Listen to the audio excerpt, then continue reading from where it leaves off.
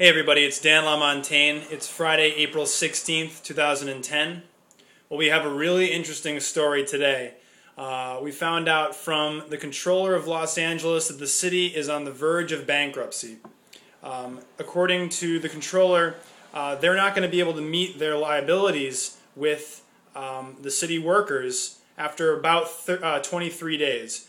So I think that they said by May 6th, the general fund will be completely out of money for all city activities, all city functions in the city of Los Angeles. So at this point, the city of Los Angeles is sitting down with the unions at this point because that's generally where the shortfalls are coming from, and they're trying to work out their pension crisis. Actually, this problem is not specific to Los Angeles. In fact, a study that was published by Stanford University recently found that California is underwater by about $500 billion. And this is something that just kind of came out of the woodwork. I mean, people did not know that this was coming. Essentially, people in government were giving kickbacks to their lobbyists who were getting them elected. And a lot of these people were from the unions. And the unions were essentially giving donations to campaigns, to candidates who would make sure that they would raise their salaries later on. So basically we ended up having this massive scandal where taxpayers were slowly being, more quickly than not, being pulled under the rug and being stuck with this bill. And I mean, if you think about it, you know, a lot of these union workers, I mean, you'd think, well, it's great that people belong to a union. Well, these union contracts are malicious contracts. I mean, if you think about your typical worker, your construction worker, maybe he makes in the private sector, he may make $50,000, and he's got a 401k. He's trying to raise his kids. He's got nothing right now. The economic recession just wiped him out. I mean, he's going to have to work, probably for the next 20 years to rebuild what he just lost. But the people in the public sector who have been getting kickbacks since the 60s, a lot of them are retiring now on $100,000 or more in pensions. I mean, they don't have to work at all, and some of them are retiring in their 50s.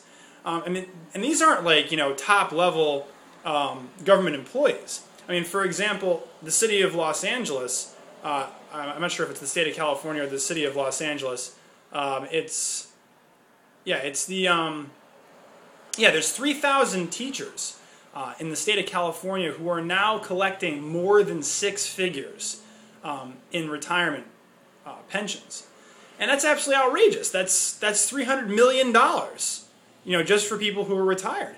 I mean, when was the last time you saw a retirement check for a construction worker or for a private school teacher that was getting that much? In fact, some of the states, not California, are even worse. A lot of these, union employees can go work, retire at the age of 50, 53, 55, collect their $100,000 pension, and then go back to work. And so you end up, having a teacher or, a firefighter or a policeman, and he's making $180,000 a year. That's absolutely ridiculous because, who's paying for that? You are. I mean, basically the person who's working hard, slaving away, the construction worker, the person working at Walmart, all these people who are, making minimum wage, these people are paying for government workers to be paid these lavish salaries. And throughout this recession, you know what? The one place that we never saw any cuts, that we never saw any workers get laid off, that was government. I mean, we had, 10% unemployment. But you know what? The one sector where employment rose was government. I mean, and why do you think that is? Not only do we have, a rise in the employment of government employees, but we have a rise in their salaries. How does that make any sense? I mean, if you think about it, 10 years ago, the government spent half as much money as it does now. I mean, do you make twice as much money as you did 10 years ago? I don't think so. So how can we afford twice as much government spending? So I would argue that we have to, the city of Los Angeles is in big trouble. They are probably going to have to go to court, and it's quite possible the city may go bankrupt. And if it does, then it's going to be up to the state of California to determine whether or not they are going to be able to bail out the city of Los Angeles. And you might think, well, California is a really big state, they could fund it, but they're underwater as well. They're actually almost in bankruptcy themselves. I mean, being under $500 billion in debt, they really can't afford to try to pull all these, pull these contracts together and make sure that they all work.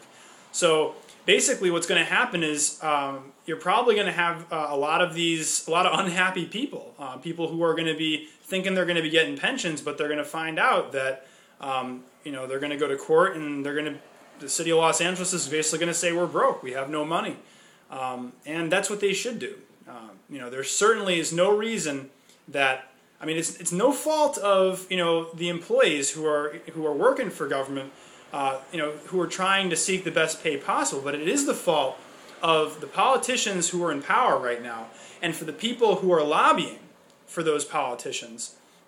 And I mean, that's a scandal. I mean, the fact that people who are not voting for this, they're not voting for these lavish increases in pay, are getting stuck with the bill is absolutely asinine.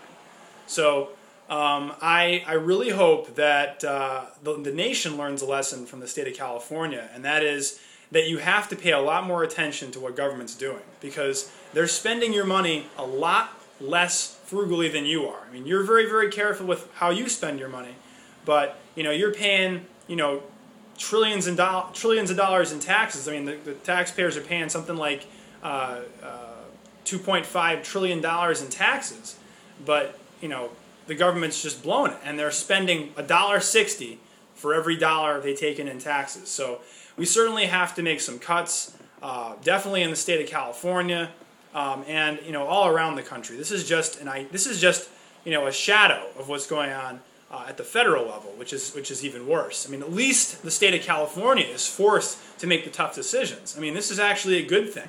I mean, it's a terrible thing that that we now notice that this is going on. But it's a good thing that California is being forced to re-examine its books and to go into bankruptcy or lower salaries or do whatever it has to do, negotiate the contracts, whatever it's going to have to do. That's going to be good for the economy. It's going to be good for the taxpayers. It's going to be good for everybody all around, because these pensions are way more than the economy can afford, way more than the taxpayer can afford. So that's just. This is going to be a good example of how a state which has a fixed budget is unable to satisfy its debts, and how it's going to have to make the tough choices. Our federal government hasn't gotten to that point yet. We're still something like $10 trillion in the hole, and the government just has the printing press, so they can just print however much money they want. But the states can't do that. So it's going to be interesting to see whether or not people get the idea from California that we need to start making the tough choices at the federal level too. But it's going to be difficult, and only time will tell. So thank you, everybody, and I'll talk to you later.